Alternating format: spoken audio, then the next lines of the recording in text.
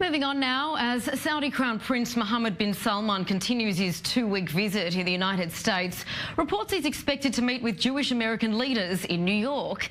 Now, the meeting, first reported by a Jewish insider, will focus on issues such as Saudi Arabia's rivalry with Iran, the Israeli-Palestinian peace process and the kingdom's approach to anti-Semitism.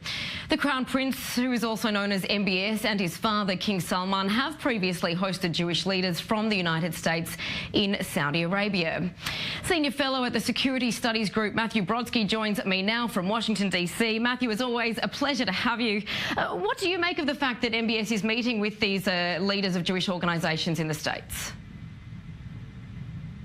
I think it's a good move. Number one, there is still a bit of a Gulf Cold War between Saudi Arabia, the UAE, and Qatar has been making its own moves, trying to enlist Jewish leaders to its side of the table, so to speak. So Saudi Arabia is doing that to an extent, but also he really is looking at making a much better cooperative he's looking to cooperate with Israel more, and I think that's important. He's also purchasing a lot in the way of military equipment from the United States, $54 billion in the past 9 months. So there's still, with the United States, keeping Israel with a qualitative military edge, and I think he'd like to allay some of those concerns. Of course, there's an issue of anti-Semitism, but this really is a good public relations move on his part. Right, and that arms deal, of course, made very explicitly by President Donald Trump when bin Salman landed, much to his embarrassment. But you mentioned that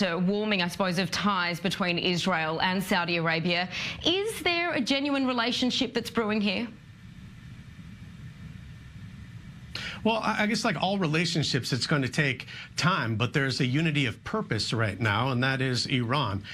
In the region right now, especially after the Arab Springs turned into dark winters, national security is the #1 issue on most people's minds, and Iran, pushing back against them, is the highest priority. Saudi Arabia and Israel absolutely share that same goal, and that is definitely pushing them together, and I think we'll see perhaps more of the relationship that's been kept private become more public. That's certainly more in the interest of Israel to have that public, because it gets to Arab legitimacy and promoting that factor. But from the Saudi Arabian perspective, with his modernization plan, Israel serves as a good bellwether to test what the pushback is. And as we can see, when a lot of people forecasted that the whole world would explode, specifically the Middle East, over recognizing Jerusalem as Israeli, as President Trump did, there really isn't that great big of a pushback. So he's testing the waters here, and he's seeing what that does domestically. And if things continue well, then things will move forward. Right, but is the Saudis' openness about its apparent warming of ties with Israel at the expense of the Palestinians?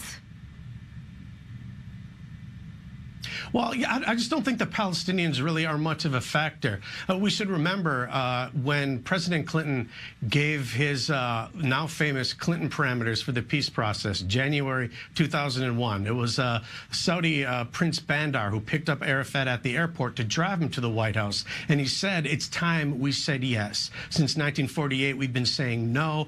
Every time we say no, there always ends up being less offered later. Let's say yes. The Palestinians have continued to say no. They still say no, and Saudi Arabia is still saying that they need to say yes. So I don't see much is changing. Iran is a much bigger fish to fry in the region. That has the region's attention, and the Palestinians keep missing their opportunities. Now, are these concessions that we're seeing made by Saudi Arabia in terms of overflights being allowed from Air India over Saudi Arabian airspace to Israel just ways of placating US President Trump while he's in power because of their joint interest in combating Iran?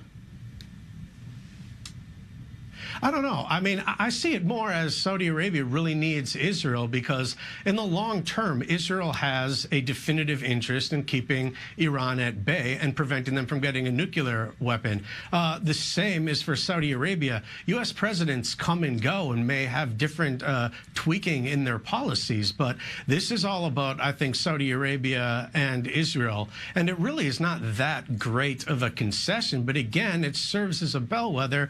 So Saudi Arabia, MBS can look at what the domestic reaction is to allowing overflights to Israel. This is something that is should not be considered that big of a deal, but again, it's a move, and he can see what the reaction is on the street.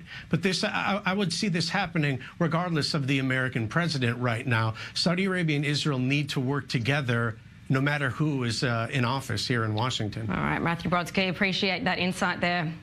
We have to go out for a break here on Perspectives, but on the other side of this, Egypt's final day of voting in its presidential elections comes to a close.